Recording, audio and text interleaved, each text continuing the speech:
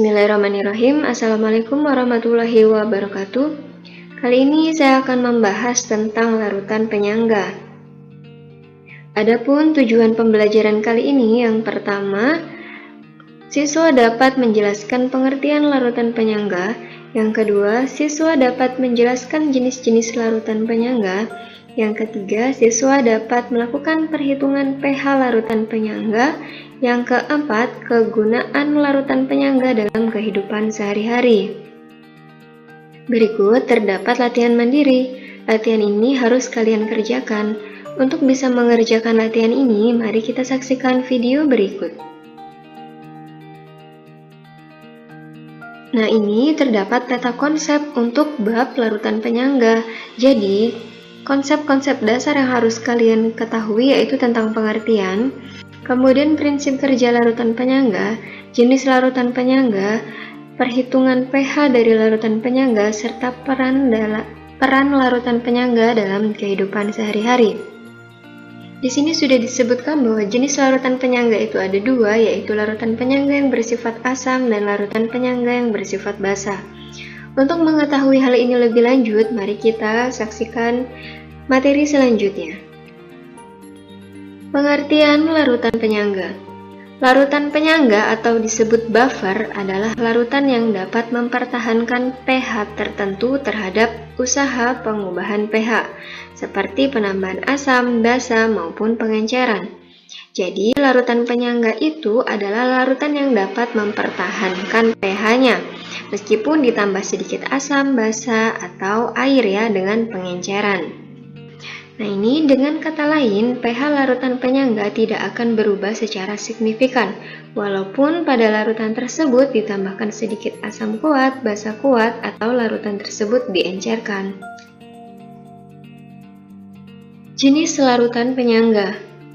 Jenis larutan penyangga itu ada dua, yang pertama ada larutan penyangga asam, dan yang kedua ada larutan penyangga basa. Larutan penyangga asam sendiri itu adalah larutan yang terdiri dari asam lemah dan basa konjugasinya. Contohnya CH3COOH dan CH3COO-, di mana CH3COOH ini adalah asam lemah dan CH3COO- ini adalah basa konjugasinya. Biasanya dia dalam bentuk garam kalau dalam reaksinya. Nah, rumus untuk menghitung larutan pH penyangga asam itu adalah Ka dikali dengan mol asam dibagi dengan mol basa konjugasi. Yang kedua, larutan penyangga basa. Larutan penyangga basa terdiri dari basa lemah dan asam konjugasinya. Contohnya NH3 dan NH4+, di mana NH3 ini dia bersifat basa lemah dan NH4+ ini adalah asam konjugasinya atau biasanya dalam bentuk garam. Rumus untuk mencari pH larutan penyangga basa tentu kita harus mencari dulu konsentrasi OH- dengan rumus Kb dikali mol basa dibagi dengan mol asam konjugasi. Nah, langsung saja kita akan ke contoh untuk perhitungan pH larutan penyangga. Biasanya dalam soal itu langsung sudah diketahui mol, konsentrasi, atau massa dari si asam lemah atau basa lemah dan garamnya, gitu ya, atau asam basa konjugasinya. Namun ada soal juga yang menyajikan data larutan asam dan larutan basanya. Nah, tentu kita harus melakukan reaksi dengan MRS ya, mula-mula reaksi dan setimbang. Nanti yang tersisa adalah mol si asam atau basa lemahnya dengan garam atau asam basa konjugasinya. Nah, untuk yang reaksi dengan menggunakan MRS itu akan kita bahas nanti di pH campuran. Untuk kali ini kita akan membahas cara menghitung pH larutan penyangga yang diketahui asam lemah atau basa lemahnya dan garamnya atau asam basa konjugasinya, gitu ya. Nah, untuk contoh soal yang pertama, suatu larutan terdiri dari campuran antara NH4 dengan konsentrasi 0,1 molar sebanyak 50 ml dan 100 ml larutan NH4Cl. Nah, di sini NH3-nya ini dia bersifat basa lemah. Kemudian diketahui juga NH4Cl. NH4Cl ini kan garam ya. Iya. Nah, ini merupakan apa? Asam konjugasinya.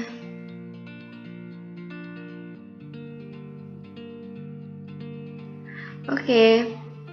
Sekarang kita tulis dulu diketahui, yaitu konsentrasi NH3 sebesar 0,1 molar, kemudian volumenya 50 mili, kemudian ada konsentrasi garamnya atau konsentrasi asam konjugasinya 0,1 molar, volumenya, volume dari NH4Cl atau volume dari garamnya itu 100 mili. Nah, di sini dijelaskan untuk menentukan apakah sebuah larutan itu merupakan larutan penyangga, maka kita harus memahami dulu pengertian larutan penyangga.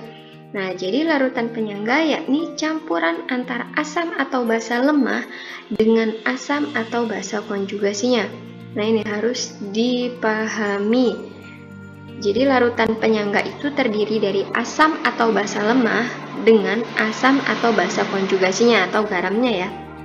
Oke, nah pada soal tersebut NH3 itu merupakan asam lemah dan NH4Cl itu merupakan asam konjugasinya, sehingga larutan pada soal itu merupakan larutan penyangga. Oke, jadi nomor 1 yang A itu jawabannya dia adalah merupakan larutan penyangga.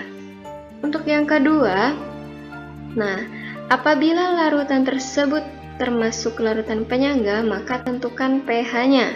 Kita diminta untuk menentukan berapa pH larutan ini dengan Kb-nya 10⁻⁵. Oke, yang pertama kita harus mengetahui dulu larutan ini bersifat larutan penyangga apa sih? Nah, dari komponennya dia terdiri dari basa lemah dan asam konjugasi, berarti dia larutan penyangga basa. Gitu ya.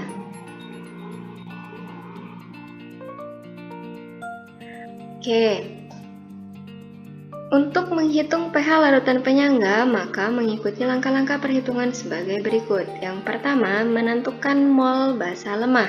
Oke, mol basa lemah itu rumusnya adalah konsentrasi atau volume dikali dengan konsentrasi ya. Oke, volumenya 50 mili, konsentrasinya 0,1, maka mol dari NH3 adalah 5 milimol.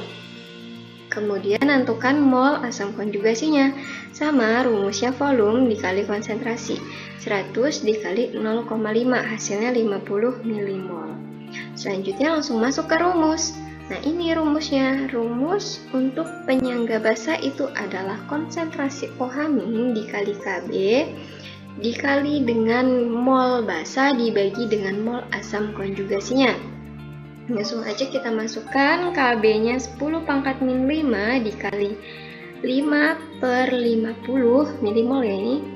Oke, jadi 10⁻⁵ dikali 10⁻⁻1 atau 10⁻⁵ dikali 0,1 itu hasilnya 10⁻⁻�6. Lalu kita menentukan pOH-nya, pOH sama dengan min log OH-. pOH sama dengan min log 10⁻⁻�6. Maka pOH-nya sama dengan 6. Bisa kita cari pH sama dengan 14 min pOH.